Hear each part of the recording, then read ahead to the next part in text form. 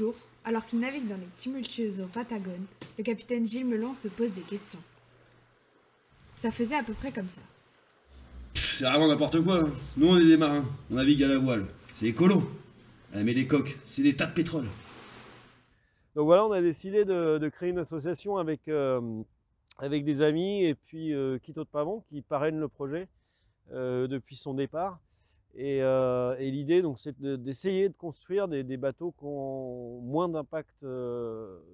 moindre impact environnemental par rapport aux bateaux sur lesquels on navigue actuellement, qui sont construits avec de la fibre de verre et de la résine polyester, qui n'est d'autre que du pétrole.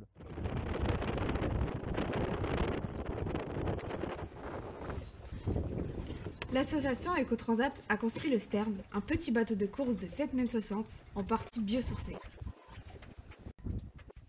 Il a été fabriqué avec de la fibre de lin, de la fibre de jute, de basalte, de la résine et de l'antifouling sans biocide. Donc voilà, en 2014, on crée l'association Ecotransat.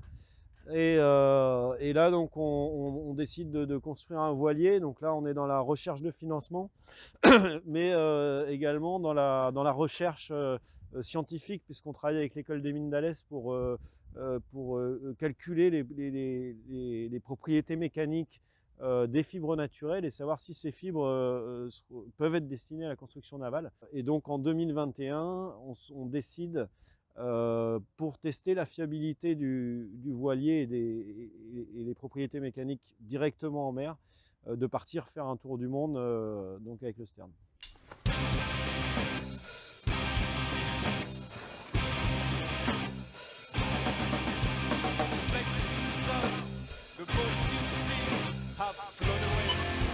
Good morning, sir.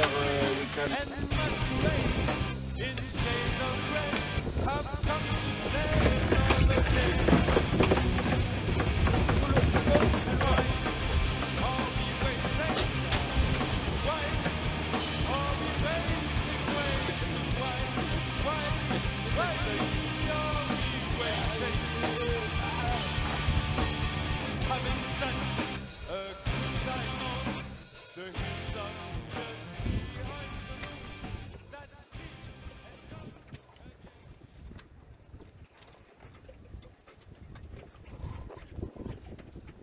C'est bon.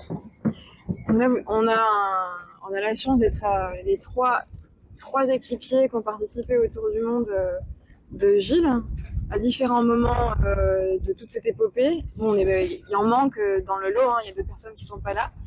Mais voilà, c'est une bonne représentation des gens qui ont un peu contribué à cette histoire et cette belle épopée. Le Stern était quand même assez petit à vivre, pas de douche, pas de toilette. Le pont à râleau, vraiment un inconfort certain, mais avec Gilles, on s'est entendu vraiment très bien tout de suite. Un bateau super rapide, super joueur, qui était assez sûr en fait, qui tenait la mer au large de la Colombie avec des creux de plus de 3 et 4 mètres. Donc c'était un bateau quand même assez surprenant pour nous. Ouais, moi j'ai fait la première étape en partant de Sète jusqu'à Port-Vendre, étant assez jeune. Hein. Voilà. Oui, t'avais quel âge? J'avais...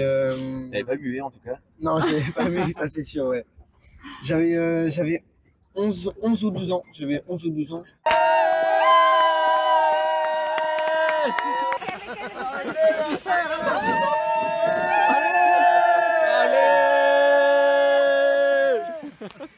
Et quand on est sur l'arrivée, sur le moment de l'arrivée, quand on aperçoit la butte de Sète, là c'est une victoire énorme.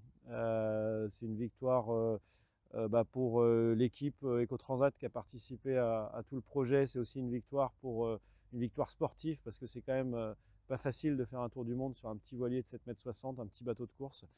Et puis c'est aussi une victoire parce que le bateau il arrive en super état en fait, et du coup c'est de bon augure pour la suite, pour pouvoir continuer à travailler sur ces nouvelles fibres et à construire des bateaux qui sont moins impactants sur l'environnement.